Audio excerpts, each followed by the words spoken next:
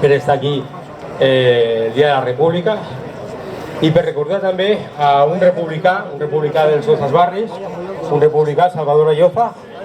que va viure en els barris, que era carter, que era a més membre del casal del Centre Català Republicà de les Roquetes, de la seva executiva, que va ser durant la guerra alcalde de barri i que amb el seu esforç ens va demostrar que la república no es construïa només des dels parlaments, no només des dels congressos, no només des de les administracions, sinó que cada ciutadà i ciutadana que creia fermament en una societat més justa, en els nostres carrers, a nou barris i arreu, van contribuir a construir la república. Aquest any hem fet una cosa que estan repartint els meus companys un punt de llibre que porta un QR, que porta una biografia completa de Salvador Alloza, perquè la podeu mirar tranquil·lament, perquè explicar la vida d'una persona en pocs minuts és impossible. I us animo a fer-hi una ullada. Però sí que voldria donar importància a una cosa que crec que hem de tenir en compte, que és que quan recordem aquestes persones no només estem fent un record de la república, sinó que estem fent un record de la nostra història personal. Òbviament Salvador Alloza tenia família, té un fill que avui havia de venir, que no el veig per aquí, però aquí està, hòstia.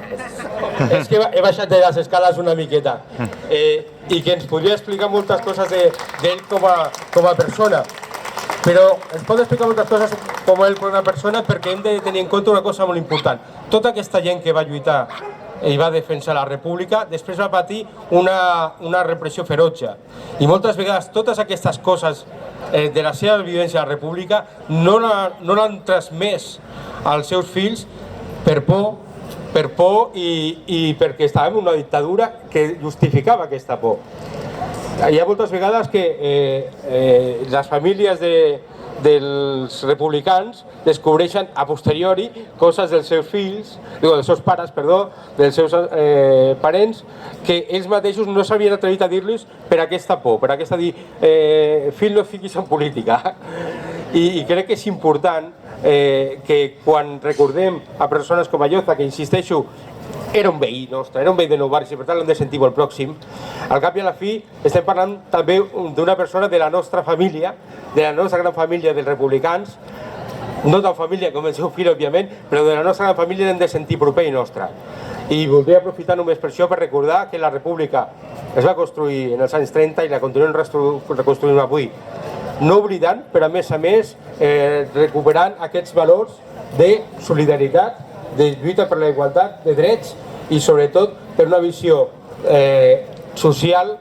progressista, en què tothom ha de tenir dret a constituir-se com a persona amb tota la llibertat i sobretot amb tota la possibilitat d'arribar allà on vulgui. Sense més, voldries fer algun comentari, una salutació, agrair sobretot aquesta participació tan important i realment estic molt emocionat i no sé què dir. Moltes gràcies, Jaume.